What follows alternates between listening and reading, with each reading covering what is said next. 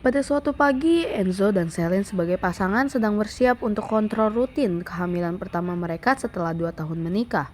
Setibanya di klinik kandungan, mereka dipanggil masuk ke ruang periksa, lalu dokter mulai melakukan pemeriksaan fisik dan mengecek kehamilan. Hasilnya, sejauh ini kondisi janin terlihat berkembang, namun dari hasil tes screening ada risiko bayi bapak dan ibu mengalami trisomi 21 atau Down syndrome. Tentunya pasangan tersebut sangat terpukul setelah mendengar hal tersebut. Mereka pun mencoba bertanya lebih lanjut, namun dokter kandungan tersebut merujuk mereka untuk lebih baik ke konselor genetik. Mereka pun tidak punya pilihan lain selain menyetujui perkataan dokter kandungan tersebut. Beberapa jam kemudian, Enzo dan Celine tiba di ruang konsultasi genetik. Mereka masih terlihat tegang. Celine menggenggam dokumen hasil tes screening sambil sesekali menarik napas dalam. Seorang konselor genetik menyambut mereka dengan ramah. Selamat siang Bapak Ibu, silakan duduk ya. Boleh, Bapak? Jadi, kalian mau membahas apa ya? Jadi gini dok, kami datang ke sini ingin konsul mengenai kondisi anak kami ini. Kemungkinannya bagaimana? Jadi ini hasil tes saya.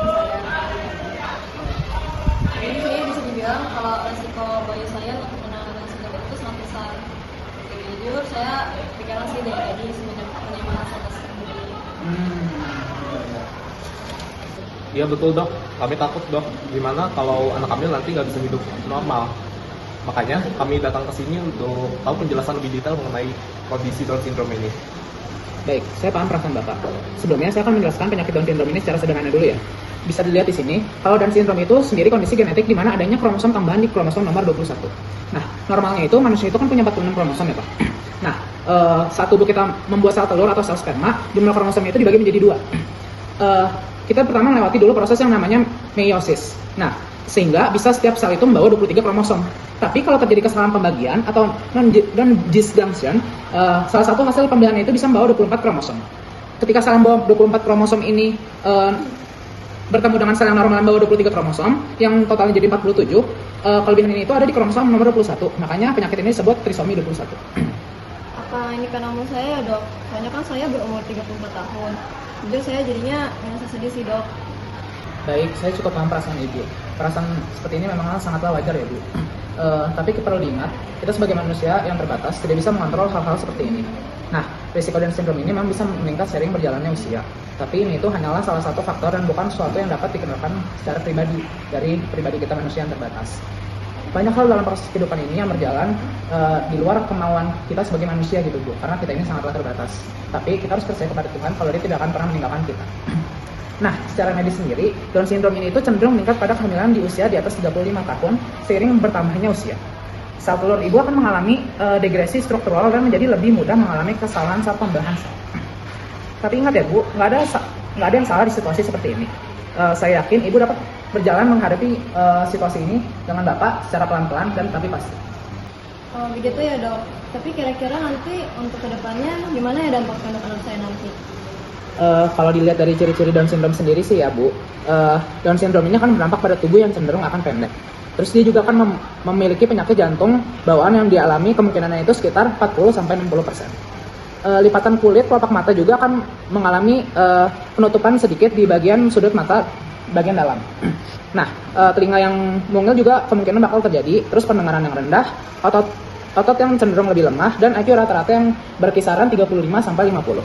Hal ini dikarenakan kromosom 21 itu yang terdampak lazimnya bekerja di bagian perkembangan otak, kemampuan belajar otot, dan struktur wajah. Jadi apa yang harus kami putuskan dok? Menurut dokter lebih baik kami menggugurkannya atau melanjutkannya aja dok. Di sisi lain, saya merasa ini kesempatan terakhir saya untuk memiliki anak di umur yang cukup tua ini. Sebelumnya mohon maaf dulu ya Pak, tapi peran saya sebagai dokter itu bukan untuk memutuskan, tapi hanya untuk membantu Bapak Ibu untuk memahami kondisi medisnya. Jadi di sini saya hanya bisa memberikan konsekuensi serta pilihan-pilihan yang Bapak Ibu dapat pilih. Tapi pilihan terakhirnya itu tetap jatuh di tangan Bapak Ibu sendiri. Apakah artinya anak kami ini tidak bisa memiliki kehidupan yang normal seperti anak lain dok? Tentunya bisa ya Pak, saya paham. Pertanyaan Bapak ini pasti muncul dari rasa sayang dan kekhawatiran kepada anak Bapak. Tapi anak dengan Down syndrome itu sendiri mempunyai beberapa aspek perkembangan seperti kemampuan kognitif, bahasa, atau motorik yang lebih lambat daripada anak seumurannya. Tapi bukan berarti mereka tidak bisa berkembang secara normal gitu. mereka juga banyak yang bisa bersekolah, bersosialisasi, menjalani hidup dengan kualitas yang baik kok Pak. Bu. Oh ya, kalau Bapak Ibu tahu, salah satu penyakit Down syndrome yang mulai terkenal di berita yaitu Aswin Nugroho. Nah, dia itu di usianya yang dewasa sudah dapat menghasilkan penghasilannya sendiri dengan cara melukis, warnai, mainkan alat musik dan lain-lain. Nah, di sini kita bisa lihat kalau penyandang disabilitas jika diberikan dukungan yang optimal bisa menjadi anak yang normal gitu. Jadi maksudnya masih bisa dibantu ya dok? Iya Bu, justru semakin dini dukungan tersebut diberikan malah semakin bagus ya. Di dalam medis sendiri ada namanya istilah fisioterapi. Tujuannya itu untuk melatih kekuatan otot anak supaya bisa berjalan, tengkurap, merangkak, sampai berjalan sesuai kemampuannya sendiri. Selain itu, ada juga terapi okupasi. Nah, terapi ini itu dia membantu melatih kemampuan motorik halus, koordinasi gerak, dan kemampuan sensorik anak. Jadi anak itu bisa lebih mandiri dalam aktivitas sehari. Nah, dan yang nggak kalah penting nih, ada terapi bicara. Terapi ini itu membantu perkembangan komunikasi dan bahasa anak, termasuk kemampuan berbicara dan bahkan membantu mencegah kesulitan menelan saat makan. Tapi kami sendiri sebagai orang tua cemas sekali dok. Takutnya kami nggak bisa membesarkan anak tersebut dengan baik. Belum lagi kalau ada omong-omongan dari keluarga besar. Kami saat ini sangat putus asa.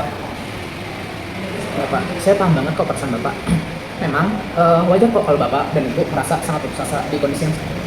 Tapi saya mau mengingatkan, kalau saya percaya Tuhan itu nggak menempatkan seorang anak pada keluarga yang salah. Pasti di setiap keluarga ini ada tujuannya masing-masing. Kita harus tetap ingat ya, kalau dalam situasi ini Bapak Ibu itu nggak sendirian. Ada Tuhan yang akan selalu menolong Bapak Ibu, meskipun mungkin Bapak Ibu tidak bisa melihatnya sebelum sekarang ya. Tapi saya yakin tangan Tuhan akan selalu bekerja dan membantu Bapak Ibu di setiap kondisi yang Bapak Ibu perlukan. Dan juga seperti yang saya bilang sebelumnya, banyak sekali dukungan-dukungan sederhana yang bisa membantu anak pengidap Down syndrome. Misalnya menjadi pendengar yang baik untuk anak Bapak Ibu. Dan juga meskipun responnya itu belum seperti anak-anak yang normal ya pastinya ya, di umur-umur yang masih muda, Bapak Ibu tetap bisa mendengarkan dia dengan baik dan menanggapi semua ceritanya dengan baik. Nah, Bapak Ibu juga bisa memeluk, mencium, bahkan tertawa bersama anak Bapak Ibu yang mengalami Down syndrome. Dari sana, Bapak Ibu bisa membantu perkembangan emosional dan motorik anak Bapak Ibu.